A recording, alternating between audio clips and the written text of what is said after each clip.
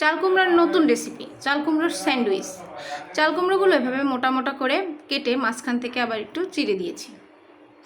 এবার নারকেল, সরিষা, জিরা, কাঁচা লঙ্কা, বাদাম, চিংড়ি মাছ সব কিছু পেস্ট করে নিয়েছি। এবার চাল কুমড়োগুলো জলে দিয়ে একটু ভাপিয়ে নামিয়ে নিতে হবে।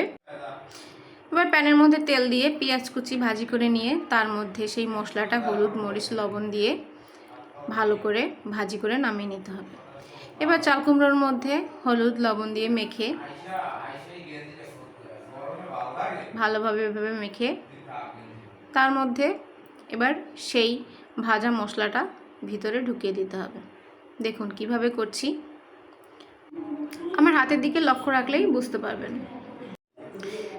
এভাবে সব কয়টা বানিয়ে নিলাম। এবার প্যানের মধ্যে তেল দিয়ে তার মধ্যে সবগুলো ভাজি করে নেব। একটু সময় নিয়ে ঢেকে ঢেকে ভেজে নিতে হবে। দেখুন হয়ে গেছে, নামিয়ে নিলাম। তৈরি হয়ে গেল চাল কুমড়োর স্যান্ডউইচ।